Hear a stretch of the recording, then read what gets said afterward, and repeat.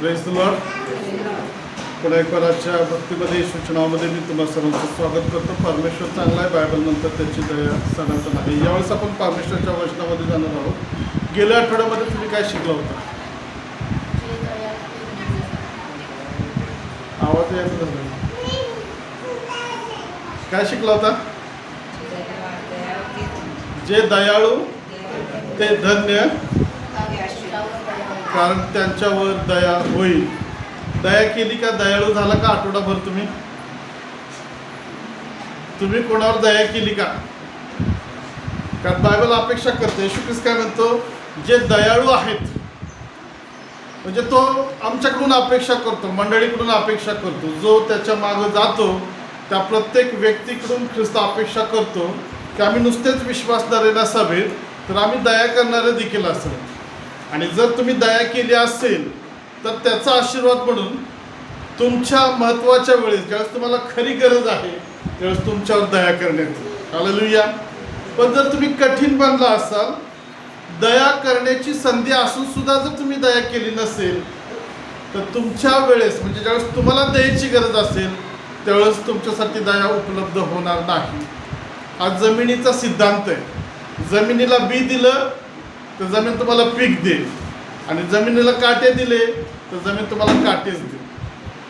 असं नाही बायबल शिकवत की तुम्ही काटे पेरले की तुम्हाला फुलं हातामध्ये येतील. बायबलचा सिद्धांत हाच आहे, तुम्ही ज्या मापाने द्याल त्या मापाने येईल, आणि जे तुम्ही द्याल तेच फिरून तुमच्याकडे परत येईल. हालेलुया.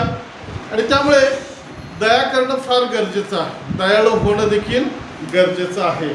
आणि आज आपण मत्ती 5 आणि या अध्यायातून 6वा धन्यवाद पाहणार आहोत.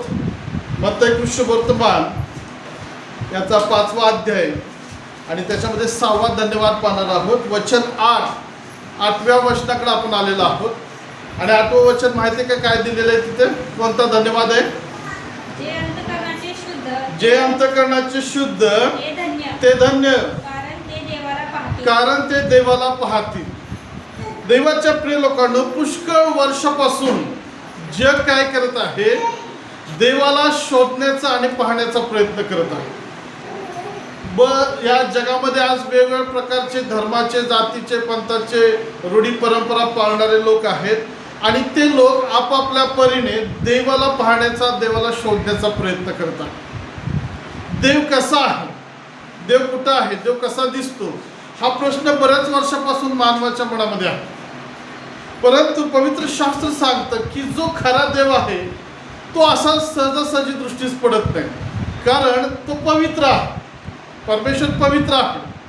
जोपर्यंत मानवामध्ये पाप नव्हतं तोपर्यंत तो देवाला पाहू शकत होता. पण ज्यावेळेस मनुष्यामध्ये पाप आलं त्यावेळेस तो देवाला पाहू शकला नाही.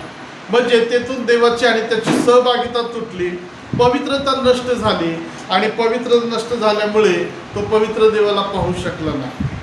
देव आणि मनुष्य याच्यामध्ये एक आडभिंत तयार झाली. देव पलीकडे आहे त्यामुळे तो दिसत नाही. पलीकडे आहे याचा अर्थ असा आहे की मनुष्याच्या जीवनामध्ये पाप आल्यामुळं पापी डोळ्याने आम्ही आमच्या पवित्र परमेश्वराला पाहू शकत नाही.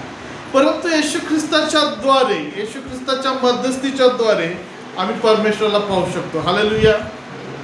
योहान शुभवर्तमान किंवा 4 शुभवर्तमान जर तुम्ही बारकाईने वाचले तर बऱ्याच ठिकाणी येशू काय म्हणतो? ज्यांनी मला पाहिले त्यांनी कोणाला पाहिले? कुणाला पाहिले? लक्षात येतं तुमच्या? येशू काय म्हणतो? जो मला पाहतो तो पित्याला पाहतो. आता दुसरा प्रश्न आहे, जे लोक तुम्हाला पाहतात, नीट लक्ष देऊन ऐकायचं आता, जे लोक तुम्हाला पाहतात तुमच्यात कोण दिसतं त्यांना? बघा, येशू काय म्हणतो? जो मला पाहतो त्यानं पित्याला पाहिलेलं आहे, त्याला पिता दिसतो. येशूमध्ये पित्याचं अस्तित्व आहे. आणि मग त्याच येशूला जर आम्ही ग्रहण केलं तर प्रश्न असा आहे की लोक आम्हाला ज्यावेळेस रोज पाहतात त्यावेळेस आमच्यातून त्यांना कोण दिसतं? आता प्रश्न असा घ्या, तुमच्यातून तुमच्या शेजाऱ्याला कोण दिसतं? येशू दिसतो, पिता दिसतो, पवित्र आत्मा दिसतो, त्याचं वचन दिसतं, त्याचा दयाळूपणा दिसतो का? त्याची क्षमाशीलता दिसते का? किंवा तो तुमच्यामध्ये आहे याचं अस्तित्व काहीतरी तुमच्या वागण्या बोलण्यातून दिसतं का? लक्षात घ्या प्रियानो, फक्त येशूला आम्ही विश्वास ठेवतो एवढं पुरेसे नाही, तर आमच्यातून त्याचं प्रतिनिधित्व, आमच्यातून त्याची उपस्थिती लोकांना दिसली पाहिजे. आणि लोकांना दिसण्याच्या आधी तो आम्हाला दिसला पाहिजे. हालेलुया. लोकांनी आमच्यात येशूला पाहण्याच्या आधी आम्ही येशूला पाहिलं पाहिजे, आम्ही देवाला पाहिलं पाहिजे. आणि त्यासाठीच येशूची इच्छा आहे आम्ही देवाला पाहावं. तर देवाला पाहण्यासाठी आम्हाला कशाची गरज आहे? देवाला पाहण्यासाठी आम्हाला शुद्ध अंतःकरणाची गरज आहे. हालेलुया. देवाच्या प्रिय लोकांना लक्षात घ्या, हे वचन सांगण्यासाठी मला तुम्हाला आणखीन एक महत्त्वाची गोष्ट सांगायची, आणि ती म्हणजे तुम्हाला आकाशातील बारीक बारीक ते ग्रह तारे उघड्या डोळ्याने दिसतात का? क्लिअर दिसतात? आणि ते जर चांगले स्पष्टपणे जर तुम्हाला बघायचे असतील, दिसायला पाहिजे असेल, तर काय केलं पाहिजे? कशाची गरज आहे? आणखीन दुसरे नवीन डोळे बसवायचे ऑपरेशन करून? मग रात्रीचं मांजरांना कुत्र्यांना दिसतं, मग त्यांचे डोळे लावायचे का आम्ही? नाही. आम्हाला ते आकाशातील जे तारे, ग्रह किंवा सूर्य, जे काही मालिका आहे तिथं, ती स्पष्ट जर पाहिजे असेल तर आम्हाला एक चांगल्या दुर्बीनची, काचेची गरज आहे.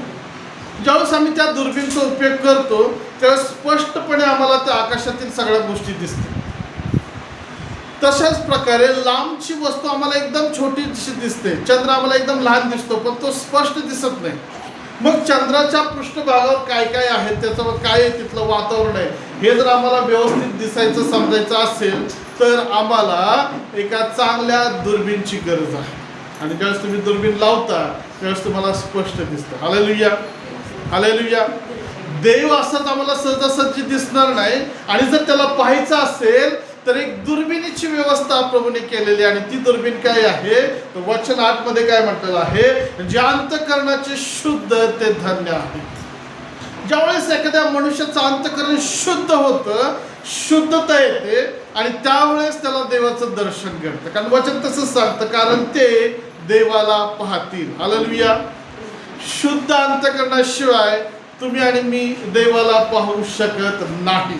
शुद्ध अंतःकरणाशिवाय देवाचं अस्तित्व आम्हाला दिसू शकत नाही. शुद्ध अंतःकरणाशिवाय स्वर्ग आम्हाला दिसू शकत नाही. शुद्ध अंतःकरणाशिवाय आम्ही देवाबरोबरची सहभागिता ठेवू शकत नाही. म्हणून देवाच्या प्रिय लोकांनो, येशू ख्रिस्ताची इच्छा आहे की जर त्याच्या मागे जायचंय तर आम्हाला शुद्ध अंतःकरण असणं देखील गरजेचं आहे. मग प्रश्न असा येतो, अंतःकरण म्हणजे काय हो? तुम्हाला माहिती आहे का अंतःकरण? बर, तुम्हाला अंतःकरण आहे का?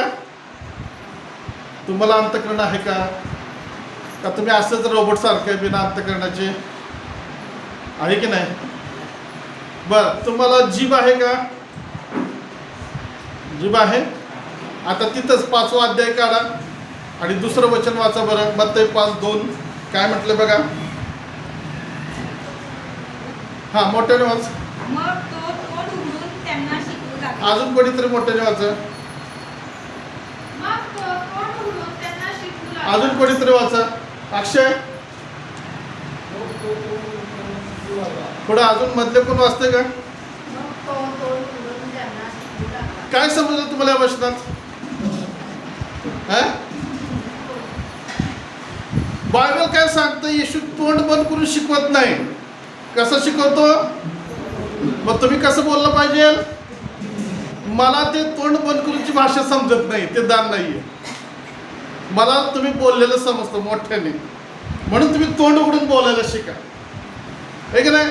चर्चमध्ये तोंड बंद करून बसता, पण घराच्या बाहेर, घरात असल्यावर मग तिकडे तोंड उघडतं. कधी कधी म्हणतं ना, मला तोंड उघडायला लावू नका, मग लय काय काय बाहेर येईल. मग ती साक्ष आहे, आत काय काय भरलेलं असतं ते बाहेर येईल. परंतु देवाच्या आपल्या लोकांना लक्षात घ्या, मला तुम्हाला या गोष्टीकडे घेऊन जायचं आहे. अंतःकरण म्हणजे काय? तर अंतःकरणाला वेगवेगळे शब्द आहेत, समानार्थी शब्द. पहिला आहे मन, दुसरा आहे हृदय.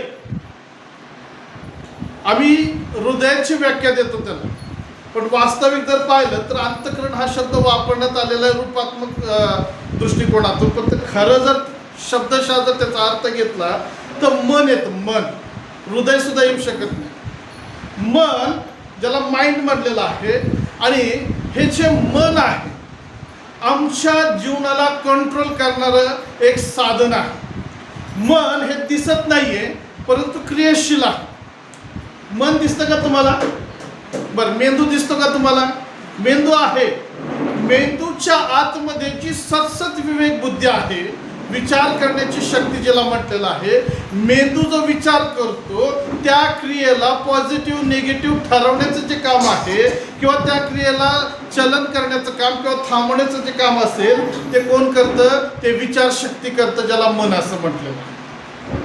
मग मनाचे दोन प्रकार आहेत. एक मन आहे चांगलं तर दुसरं मन आहे वाईट. तुम्ही शोधायचं तुमचं मन कसलं आहे, कारण वचनातून आम्ही त्याचं परीक्षण देखील करणार आहोत. मन हे विचाराचं उगमस्थान किंवा आलेल्या विचारांवर प्रक्रिया करून मेंदूमध्ये त्याची प्रेरणा पाठवते आणि मग मेंदू त्या संवेदना शरीराला पाठवतो आणि मग ते शरीर क्रियाशील होतं.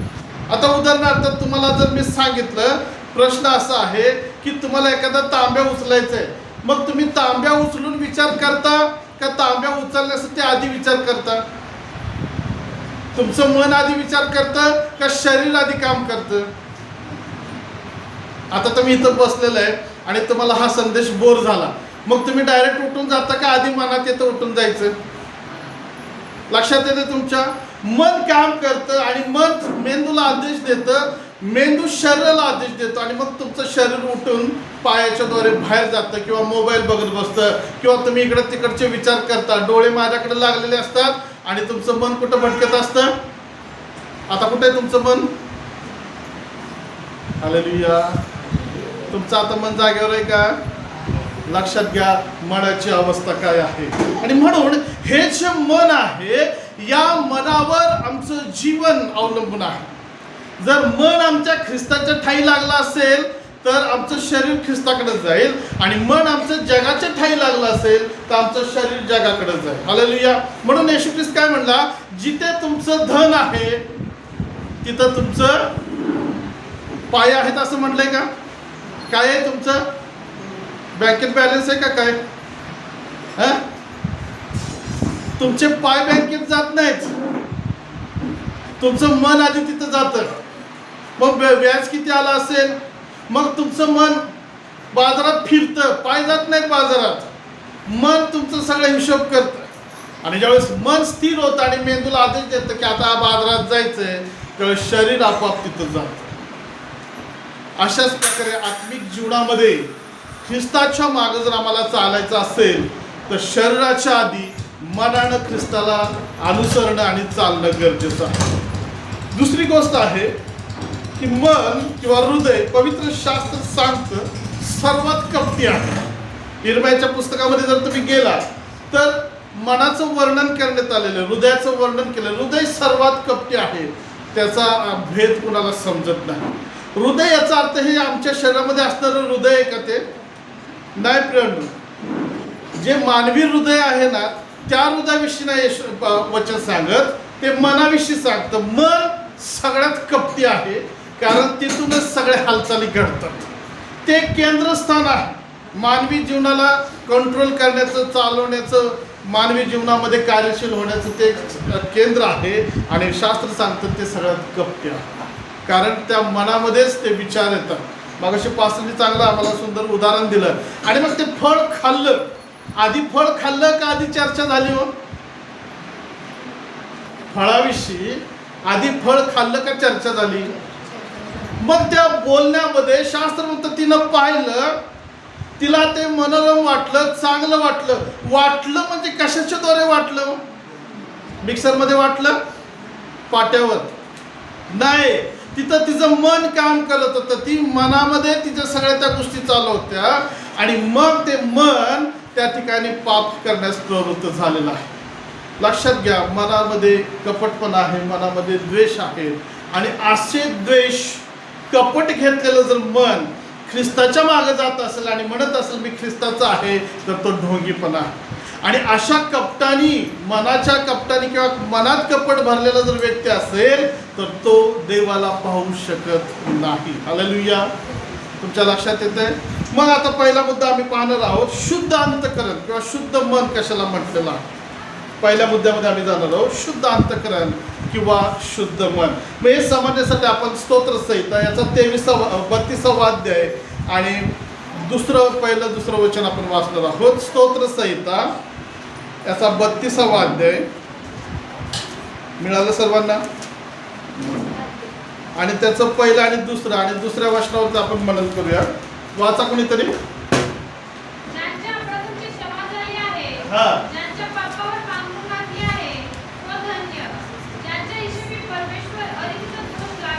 यस.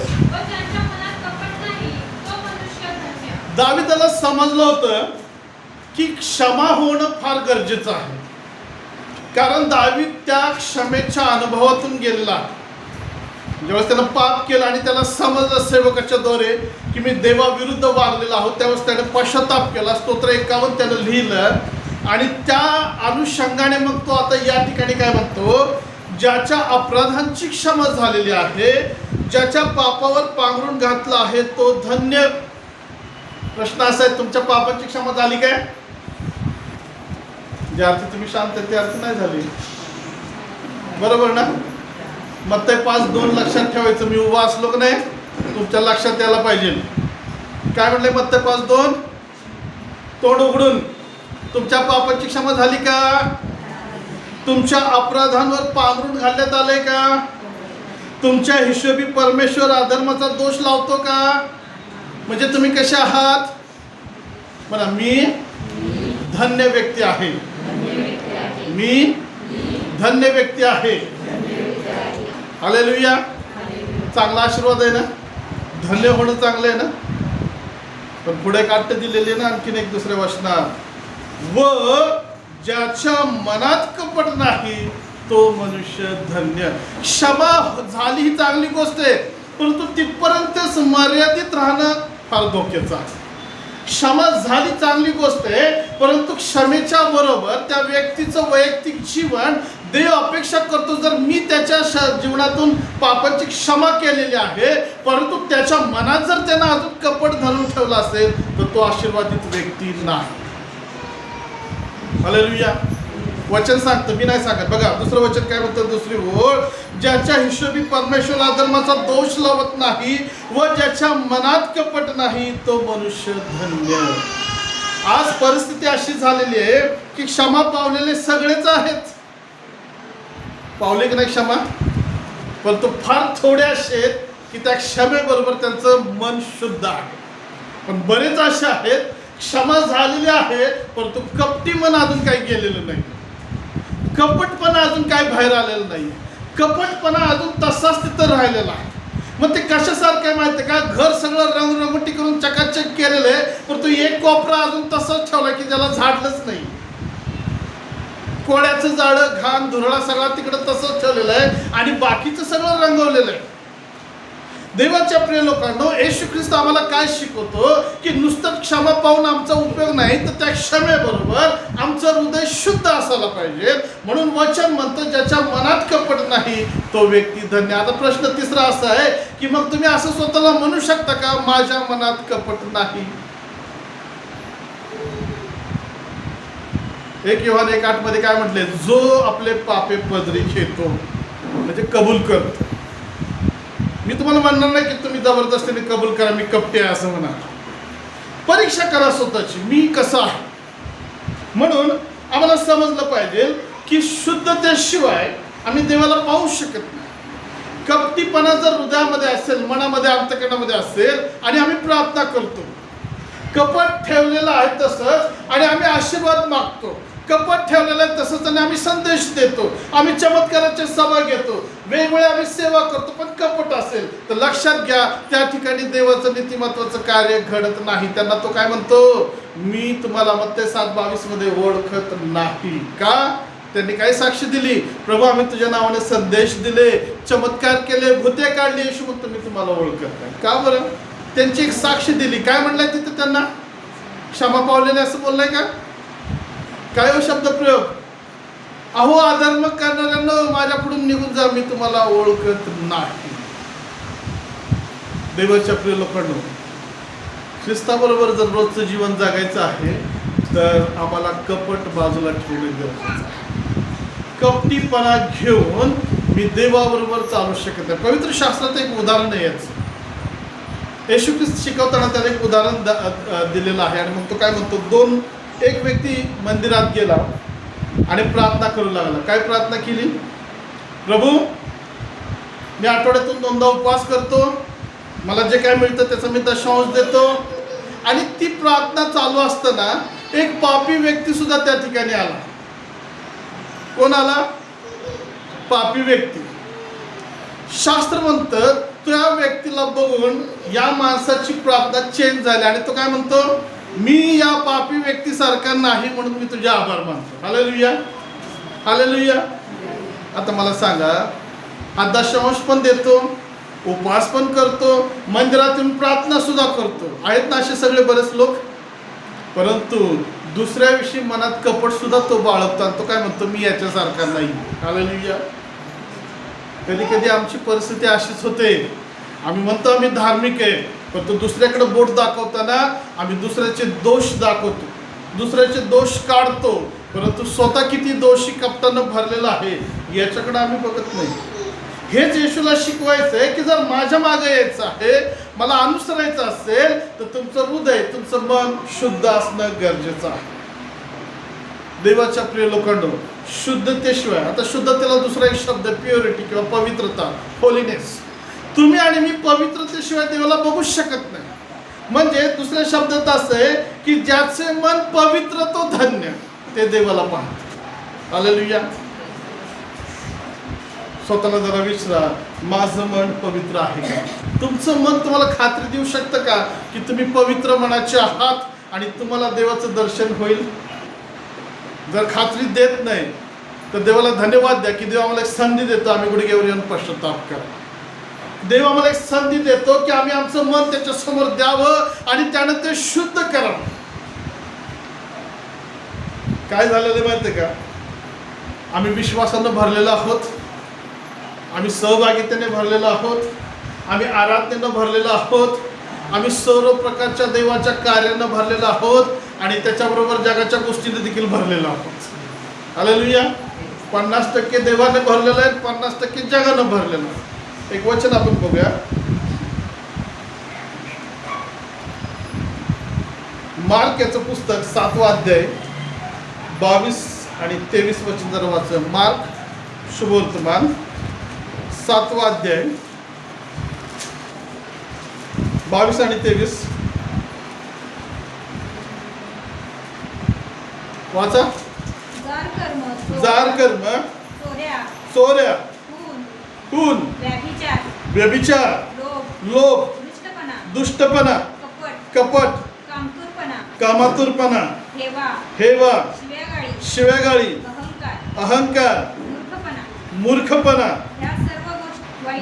या सर्व वाईट गोष्टी आतून बाहेर निघतात व माणसाला अपवित्र करतात. हालेलुया. आता माझ्याकडे बघा. तुम्ही जरी म्हणत असला आम्ही विश्वासदार आहे, बायबल आम्हाला प्रूफ देतं खरंच आम्ही विश्वासदार आहोत. आता परीक्षण काय करायचंय की या वाचलेल्या लिस्ट मधलं काही माझ्यामध्ये आहे का? मग ते कसे येतात, कुठनं निघतात? 21 वचन काय म्हणतं? कारण आतून म्हणजे मनुष्याच्या अंतःकरणातून दुष्ट विचार निघतात. म्हणून मी मगाशी तुम्हाला काय म्हटलं, मन हे विचाराचं केंद्रस्थान आहे आणि त्या मनातून जे विचार निघतात ते कसे आहेत? बायबल काय म्हणतं? माणसाच्या मनातून जे विचार निघतात ते कसे आहेत?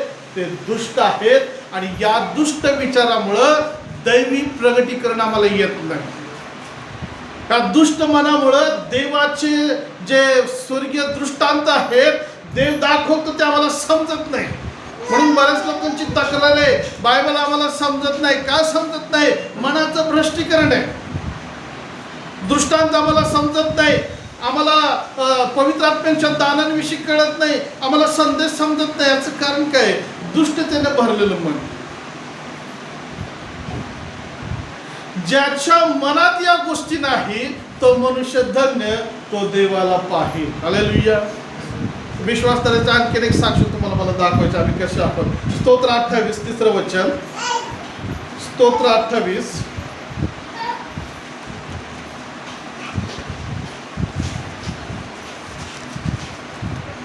जरा काढा.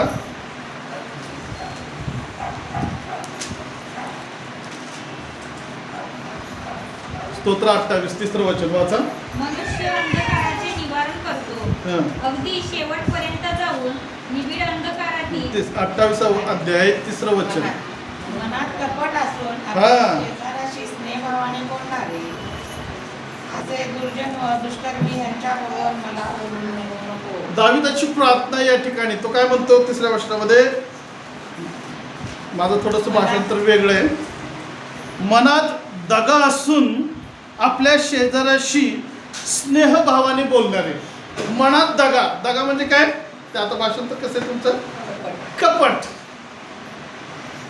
आता कपट काय समजण्यासाठी तुम्हाला प्रश्न आहे. कपट काय माहिती आहे तुम्हाला. कपट कशाला म्हटलेलं आहे. कपट कशाला म्हटलेलं फार महत्वाची गोष्ट आहे. बरं आता तिसरी चौथा पाचवा प्रश्न. तुमच्या मनात कपट आहे का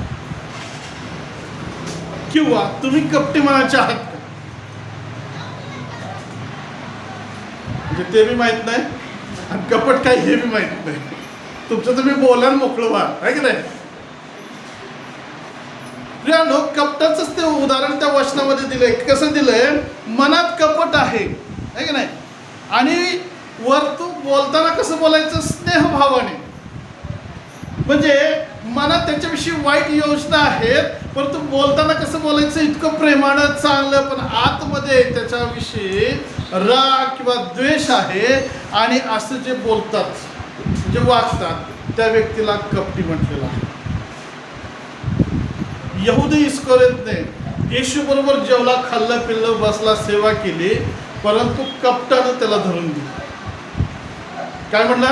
गुरुजी मी तुमचं चुंबन घेत आहे माझं किती तुमच्यावर प्रेम आहे पण आत काय होतं त्याला पकडून देण्याची योजना चालू होती. हातात हात प्रेज द लॉर्ड द्यायचा म्हणायचं कशाला हिचं तोंड दिसतंय मला बघायची आहे की नाही. कशाला पुढं आले पण पुढं आले आता काय करायचं असं नाही. Praise lord brother praise lord sister. भोगी पण आहे कपटी पण आहे. दावीद म्हणतो अशा लोकांपासून देवा मला सुरक्षित ठेव. का जर त्याच्याजवळ राहिलं तर माझ्यामध्ये पण ते कपट येईल.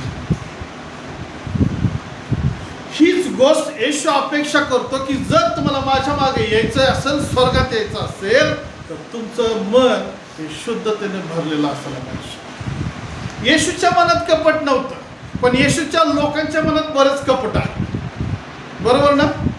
येशूमध्ये कपट नाही पण येशूला फॉलो करतो आम्ही येशूच्या मागे जातो वचन वाचतो परंतु बऱ्याच वेळा कपटाने वागतो. असलं तरी नाही म्हणायचं. नाही हो संपले माझ्याकडे. शास्त्रबद्ध द्या म्हणजे तुम्हाला दिले जाईल. माप भरून हलवून तुमच्या पदरी घालतो. कपट दिलं ना तर कपट भरून दाबून तुमच्याकडेच परत येईल. आशीर्वाद दिला तर आशीर्वाद भरपूर त्याने येईल आणि कपटाची पेरणी केली तर कपटच हातामध्ये. म्हणून आमचं रोजचं जीवन हे शुद्ध असणं गरजेचं आहे. मग आता प्रश्न असा पडतो मनाला शुद्ध करण्याचं काही केमिकल आहे का बाजारात. आज तुम्ही शुद्ध झालाय की नाही. तुम्ही आज शुद्ध झालाय की नाही. कशाने. सकाळी साबण लावला ना नाही लावला नुसतंच पाणी ओतून आलं वाटतं मोरीत. शरीर शुद्ध झालं कपडे स्वच्छ झाले आमचं चांगले चप्पल बूट आम्ही स्वच्छ केले. मग याच्यासाठी काहीतरी पावडर साबण केमिकल जर आहे तर मनाच्या शुद्धीकरणासाठी सुद्धा काहीतरी पाहिजे. दावीद काय म्हणतो 119 स्तोत्र 11 मध्ये स्तोत्र संहिता 119:11 तो म्हणतो मी तुझ्या विरुद्ध पाप करू नये म्हणून मी आपल्या मनात. लक्षात घ्या मनाचं शुद्धीकरण हे जास्त वेळ अन्य भाषा बोलून होत नाही. मनाचं शुद्धीकरण कोणाला तरी 100 रुपये मदत केली म्हणून होत नाही. मनाचं शुद्धीकरण चर्चमध्ये झाडू मारल्यानं होत नाही. मनाचं शुद्धीकरण गुडघ्यावर तुम्ही कितीतरी लांब चालत चाललाय प्रभूचं नाव घेऊन होत नाही. मनाचं शुद्धीकरणाचं एकच केमिकल आहे आणि ते म्हणजे काय दैवाचं पवित्र वचन आहे. हालेलुया. म्हणून तो काय म्हणतो मी पाप करू नये म्हणून मी आपल्या मनात तुझे वचन जपून ठेवलेलं आहे. Hallelujah, hallelujah. मत्ते 5:2 म्हणा हालेलुया. वचन आमच्या जीवनाला शुद्धीकरणाचं काम करतं. प्रियानो, आत्मिक आणि शारीरिक शुद्धता आम्हाला देवाच्या वचनाशिवाय येऊ शकत नाही. जसं गढूळ पाण्याला फिल्टरेशन केल्याशिवाय ते शुद्ध होत नाही, तशाच प्रकारे देवाचं वचन मनामध्ये असल्याशिवाय, त्या मनाला देवाच्या वचनानं ग्रासल्याशिवाय, त्या मनामध्ये वचन घुसल्याशिवाय ते मनाचं शुद्धीकरण होऊ शकत नाही.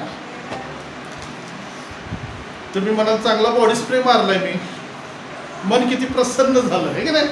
वासाने लावता का नाही बॉडी स्प्रे? हा, सुंदर टाल्कम पावडर वापरता का?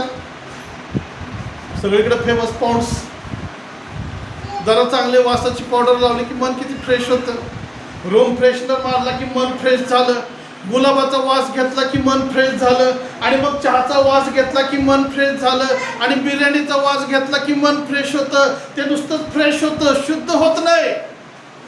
पण शुद्ध करण्याची जी प्रक्रिया आहे ते देवाच्या पवित्र वचनाच्या द्वारे.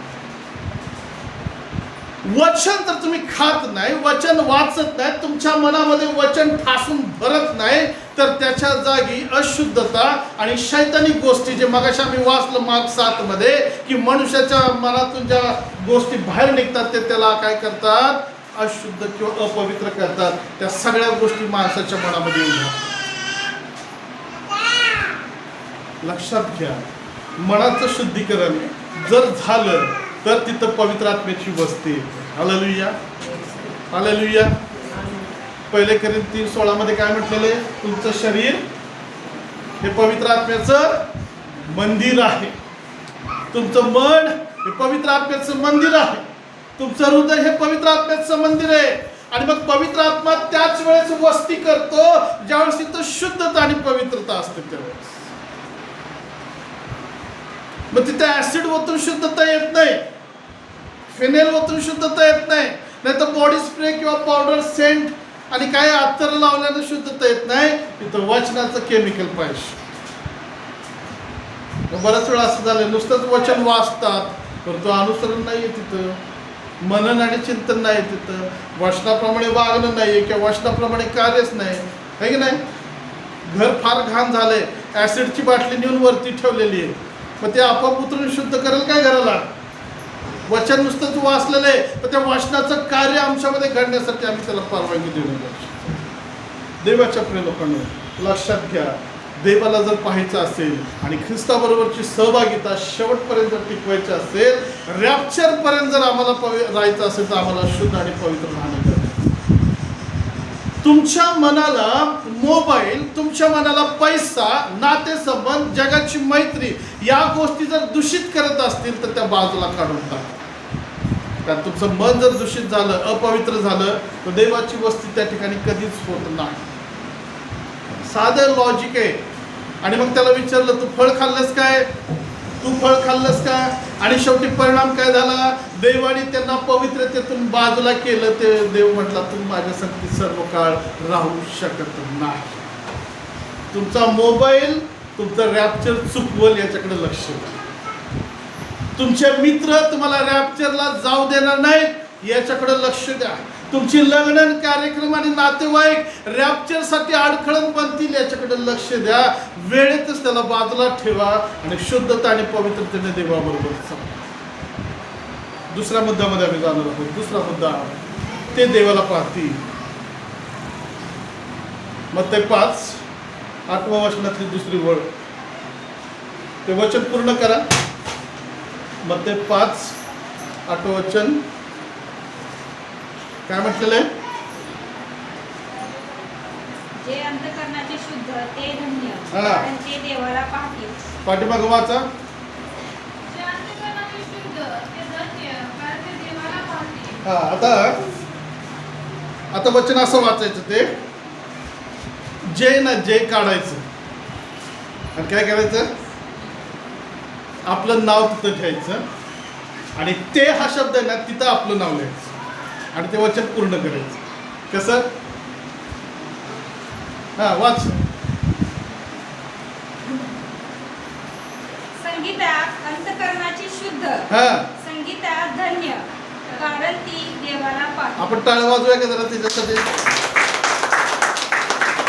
कोण अजून पूर्ण करतंय? अश्विनी.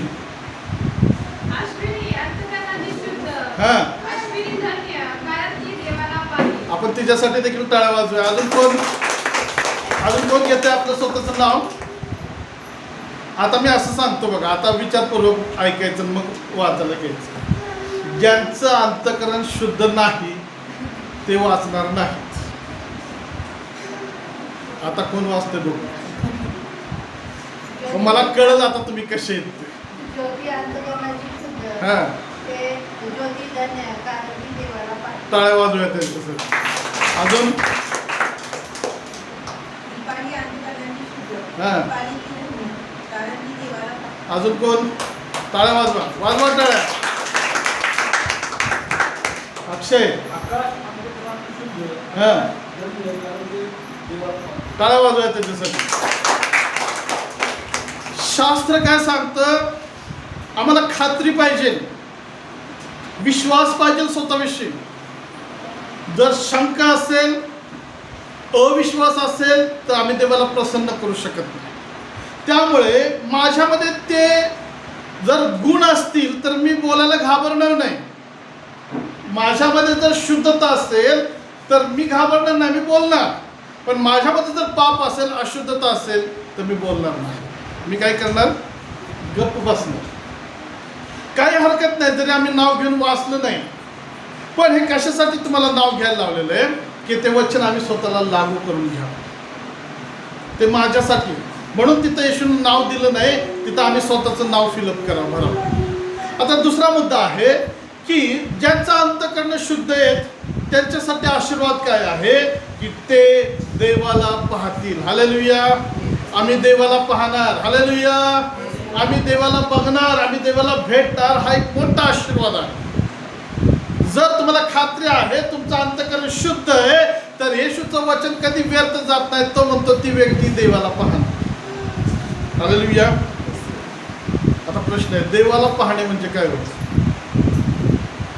देवाला पाहणे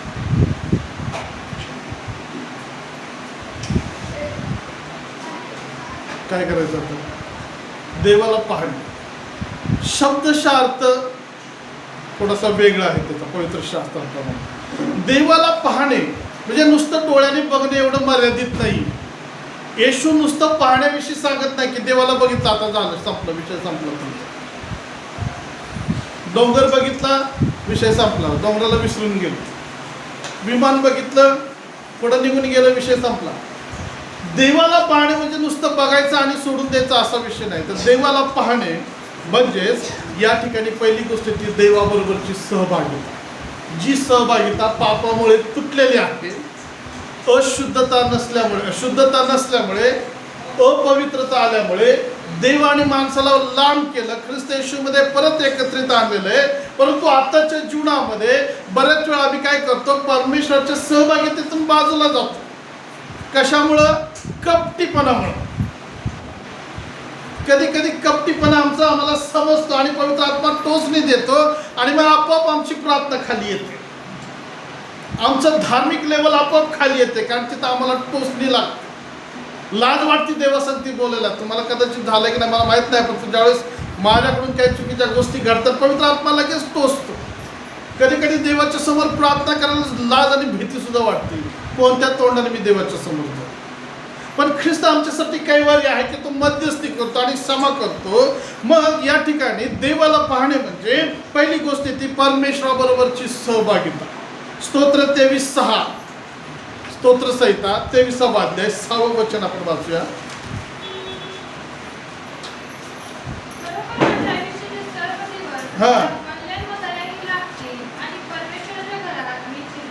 आणि परमेश्वराच्या घरात मी चिरकाल राहीन. हालेलुया.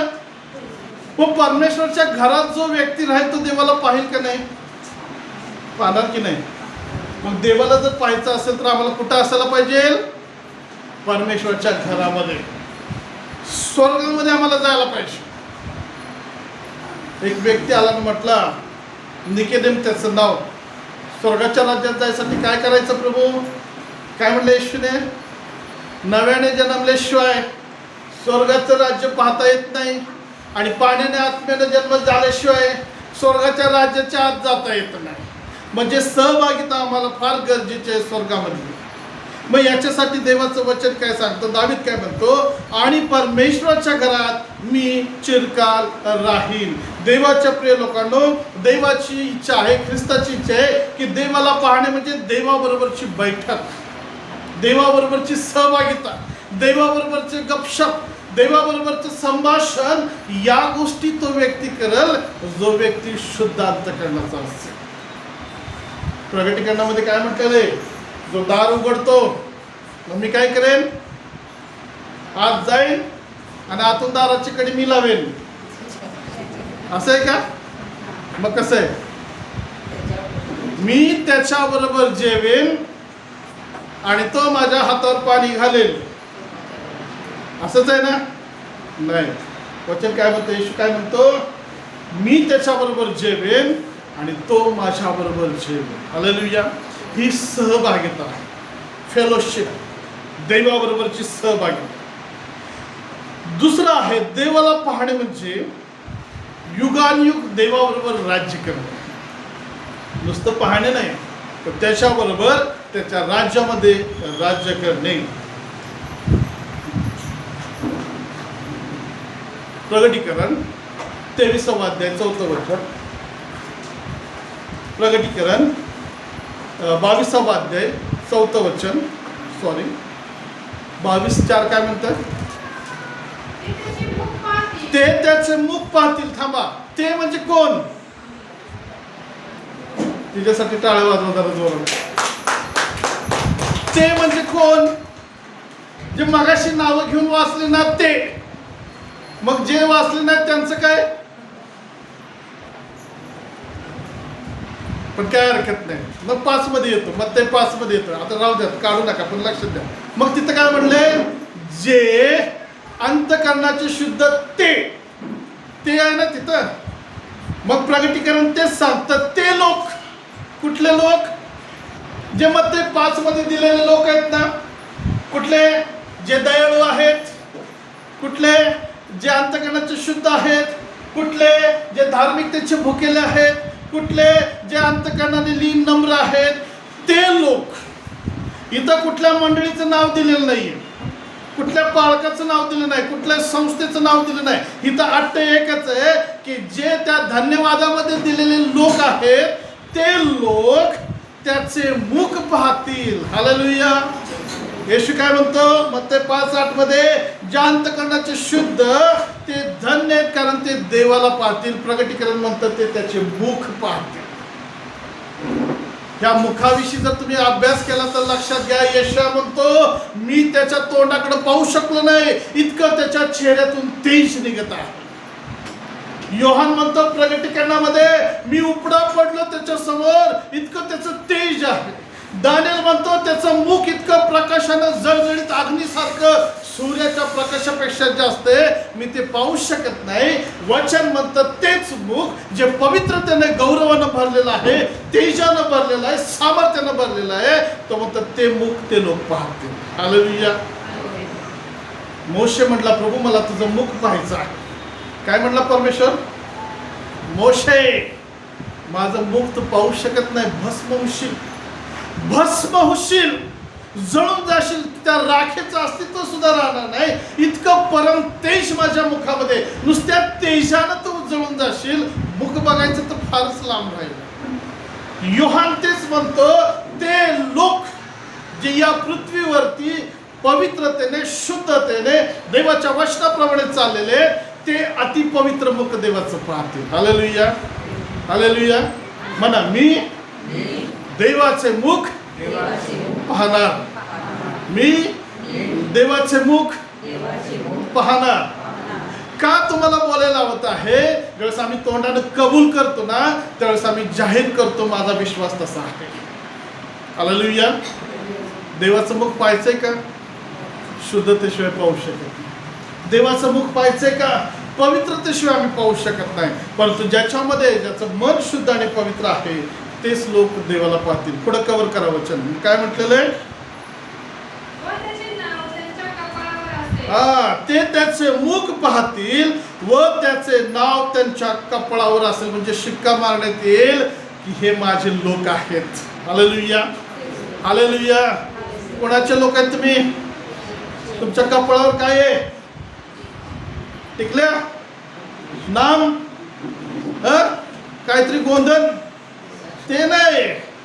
देवाच्या नावाचा शिक्का, परमेश्वराचं नाव प्रकटीकरणामध्ये म्हणलेलं नवीन नाव त्यांच्या मांडीवर आणि त्यांच्या कपाळावर देण्यात. देवाचं नवीन नाव. थोडक्यात असं म्हणेल की ते असं असेल, हे माझे लोक आहेत. देवाच्या प्रिय लोकांनो, हा एक मोठा आशीर्वाद आहे त्या लोकांसाठी. कोणासाठी? जे शुद्धतेने आणि पवित्रतेने चालतात. मग असं म्हणू नका मी स्वर्गात गेले शुद्ध आणि पवित्र होईल. मग इथं काय? मग इथं कसं पण राहायचं पृथ्वीवरती? स्वर्गात तुम्हाला पवित्रतेची गरज नाही. ऑलरेडी ती सगळं पवित्रतेनं भरलेलं आहे. तुम्हाला तिकडे फेकलं की नाही, आपोआप तुम्ही पवित्र तिथल्या वर्णनाप्रमाणे होतं.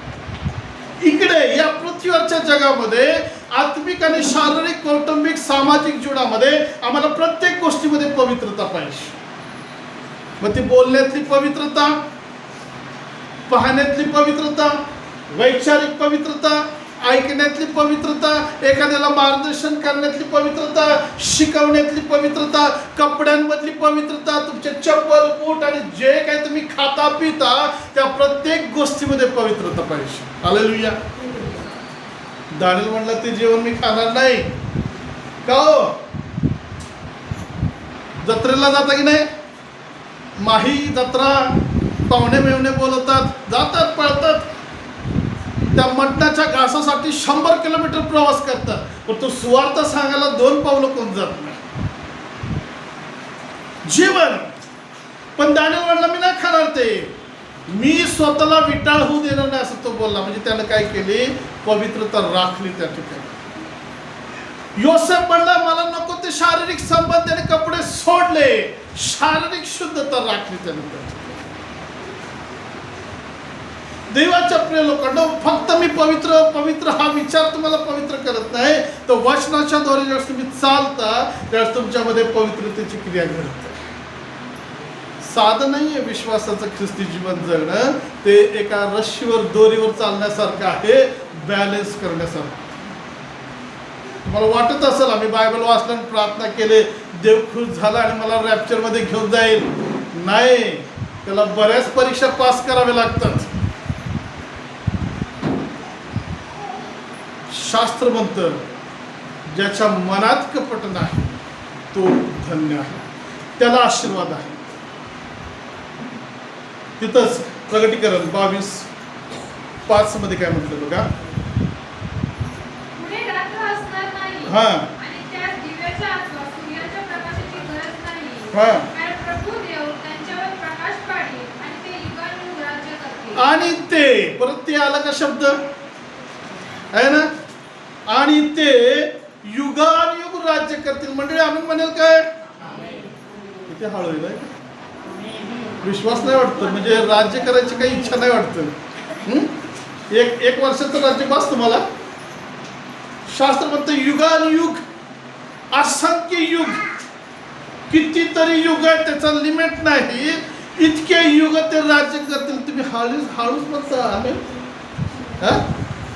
6 आणि 4 जर सचिननं मारला तर डबडी घरातली उडतात. आहे का नाही? फटाकडे उडतात, मोठ्याने टाळ्या वाजवतात, शिट्ट्या वाजवल्या जातात, रुमालाने हवेत फेकले जातात आणि आमेन म्हणाले उडसच. याचा अर्थ काय आहे? तुम्हाला इंटरेस्ट नाही वाटतं युगानुयुग राज्य करण्यामध्ये? हे आमच्या पृथ्वीवरचं जीवन बरं आहे का? नाही प्रेम. पृथ्वीवरचे आम्ही प्रवासी आहोत. हे टेम्पररी एक नॉर्मल आम्हाला दिलेलं आहे. पण या जीवनातून आम्हाला पुढच्या जीवनाची तयारी करायची. शास्त्र म्हणतं ते युगानुयुग राज्य करतील.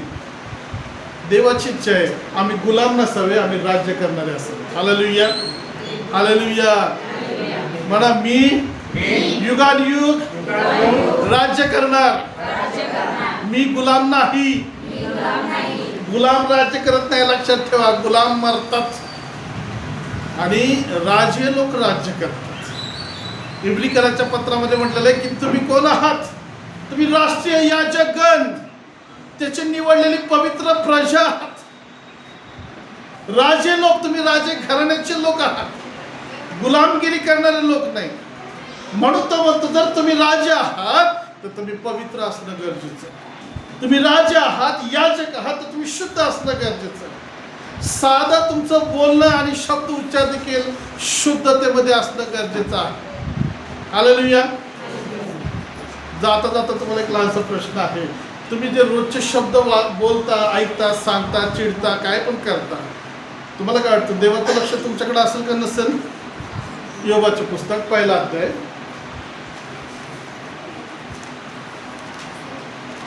योग 1 अध्याय.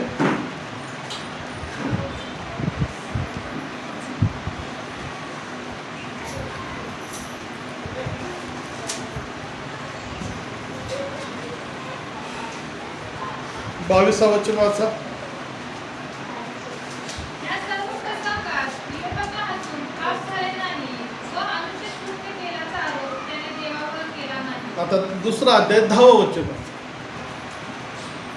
तो तिला म्हणाला, हां. जर कधी स्त्रियाप्रमाणे बोलतेस, देवाकडून सुखच घ्यावे आणि दुःख घेऊ नये काय? बरोबर. या सर्व प्रसंगी योबाने आपल्या वाचेने काही पाप केले नाही. काय म्हणते ते अर्धीवर? या सर्व प्रसंगी, म्हणजे कुठल्या प्रसंगी? योबाची परिस्थिती लक्षात घ्या. सगळं गेले, कफल्लक झालेला आहे, तो राखेमध्ये बसलेला आहे, काहीच नाही त्याच्याकडे. फक्त 3-4 गोष्टी. म्हणजे पहिली गोष्ट आहे राख आहे, ते खाजवण्याचा खापराचा तुकडा आहे, आणि तिसरी त्याची बायको त्याच्या जवळ आहे. ती काय म्हणते? मरून जा. ही तणावाची परिस्थिती आहे, मानसिक त्रास, बर्डन, टेन्शन आहे. आणि अशा परिस्थितीत धीर देण्याच्या ऐवजी त्याची बायको म्हणते मरून जा. तुम्हाला जर असं कोणी म्हटलं तर पहिला शब्द काय येईल तुमचा? मुस्काड फोडून टाकेल, जातेच काहीच नाही. मला किती त्रास होतो, तुला काय सुचतंय, नाही का?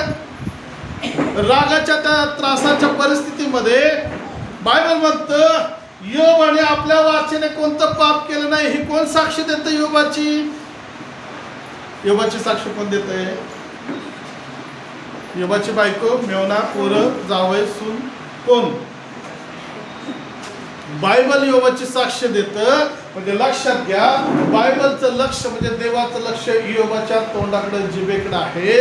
रोज तुम्ही काय बोलता ना, रागानं, प्रेमानं, हातानं, टोमणे मारून, कपड धरून, आनंदानं, देव तुमच्या तोंडाकडे बघत आहे. म्हणून बोलण्याची शुद्धता आणि पवित्रता फार गरजेची आहे. युगानुयुग राज्य जर करायचं असेल तर इथं या पृथ्वीवर नातेसंबंधामध्ये शेजारच्या बरोबर, देवाबरोबर, आजूबाजूच्या लोकांबरोबर शुद्धतेने आणि पवित्रतेने बोलायला शिका. पुढच्याने शिवी दिली तर तुम्ही काय करणार? मग काय करणार? काय करणार? त्याच्यापेक्षा भारी शिवी काढणार. शास्त्र म्हणतं अंतःकरणातून शिव्या गाळ्या निघतात, त्यांना स्वर्गाच्या राज्यामध्ये प्रवेश नाही. शेजाऱ्याचं राहू द्या, घरामध्ये जर तुम्ही एकमेकांसाठी जर नीट बोलत नाही तर तुम्ही शुद्धतेचं प्रमाण कसं देऊ शकता? शांत राहा, देवाला काम करू द्या. स्तोत्र 140 आणि 13 वचन, आणि मग शेवटी आम्ही 3ऱ्या मुद्द्यामध्ये जाऊ. स्तोत्र संहिता 140 आणि 13 वचन काय म्हणतं बघा.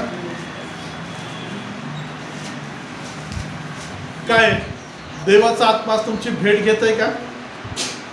देवाचा आत्मा तुमच्याशी आज बोलत आहे का? हालेलुया. वाचा स्तोत्र 140 आणि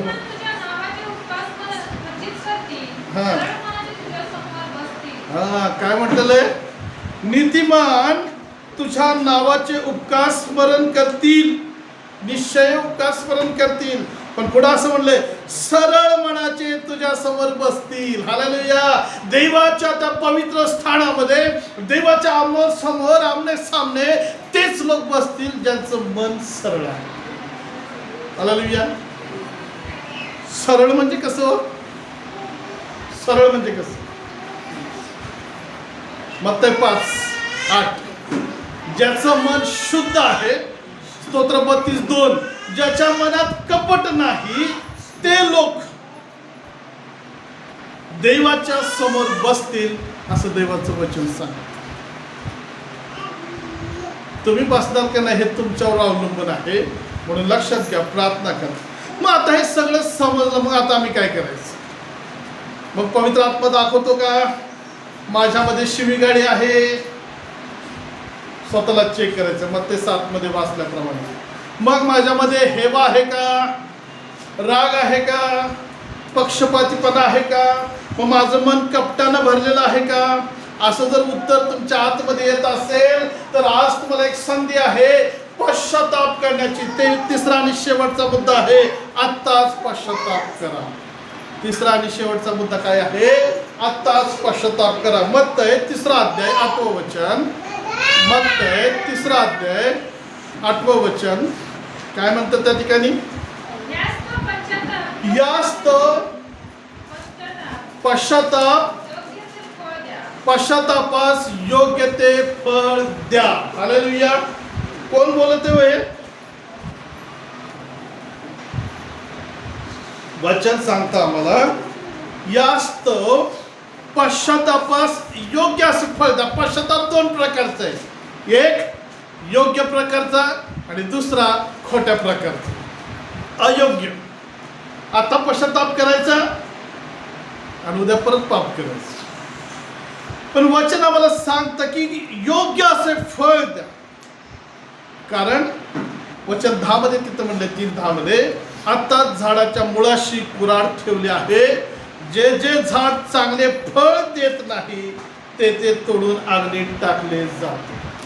देवाच्या प्रिय लोकांनो, देवाबरोबरची सहभागिता सहजासहजी नाहीये, परंतु देव आम्हाला एक मधला मार्ग दाखवतो आणि तो काय आहे? देवाच्या समोर गुढीगार पश्चाताप करणं. तो म्हणतो योग्य असं फळ द्या. खरा पश्चाताप करा की देवाला आनंद होईल, देव तुमच्याविषयी संतुष्ट होईल. आणि मग तो मुलगा आला आणि बापाला आनंद झाला. काय म्हणला बाप? माझा मुलगा परत आलेला आहे. मेला होता तो जिवंत झालेला आहे.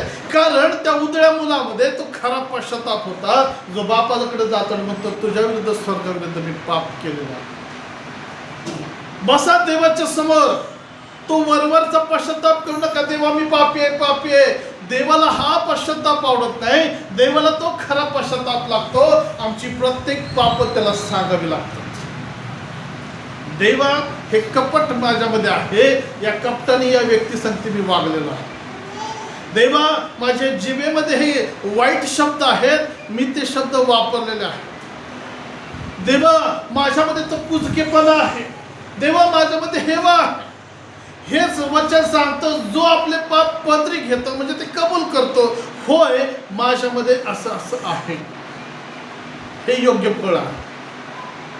परंतु जो खोटा पश्चाताप करतो, शास्त्र म्हणतं झाडाच्या मुळाशी आत्ताच कुऱ्हाड ठेवलेली आहे. आणि जे चांगले फळ देत नाही, चांगले फळ म्हणजे जो पश्चातापाप्रमाणे वागत नाही, त्याला तोडून अग्नीमध्ये टाकण्यात येतं. काय होतं? मला अग्नीमध्ये जायचंय का? युगायुग देवाचं मुख पाहायचं आहे? तुम्हाला अनंत काळच्या त्या नरकाच्या शिक्षेमध्ये जायचंय का? तुम्हाला त्या देवाच्या बरोबर बसून युगानुयुग देवाबरोबर आनंद करायचा? तुमच्या हातात आहे. नुसतंच विश्वासणारे, कोरडे विश्वासणारे बनू नका, कोरडे धार्मिक बनू नका. तर अंतःकरणाचे शुद्ध असणारे, मनाचे शुद्ध असणारे धार्मिक बना. ते विश्वासणारे बना जे देव तुमच्याकडून माझ्याकडून अपेक्षा करतो.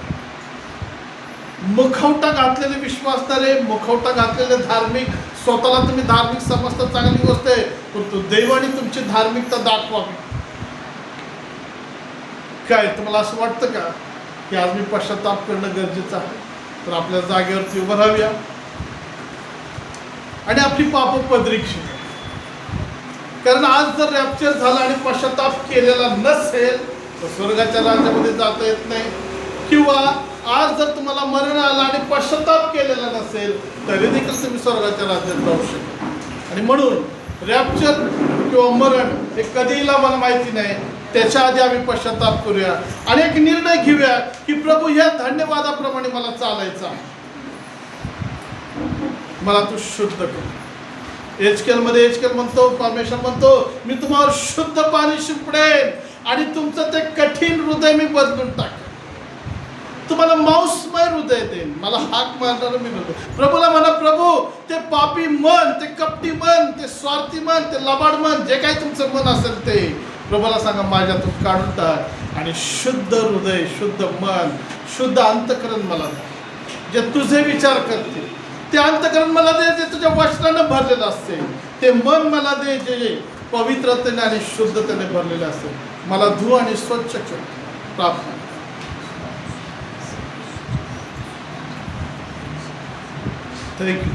प्रियानो, पश्चाताप करा, योग्य असं त्याला फळ द्या. वरवरचा पश्चाताप करू नका. तो खात्री, तो विश्वास बाळगा की मी जर आता पश्चाताप केलेला आहे आणि रॅप्चर झालं तर मी नक्कीच उचलले जाईल. तो खरा पश्चाताप करा, बदला आणि देवाला सांगा, जरी आता मला मरण आलं तरी माझा आत्मा स्वर्गाच्या राज्यामध्ये असतो. प्रभू ते हृदय, ते मन मला दे, जे मन तो अपेक्षा करतो, जे ख्रिस्त अपेक्षा करतो, शुद्ध अंतःकरणाची, पवित्र अंतःकरणाची. माझं मन शुद्ध आणि पवित्र कर. देवाला सांगा.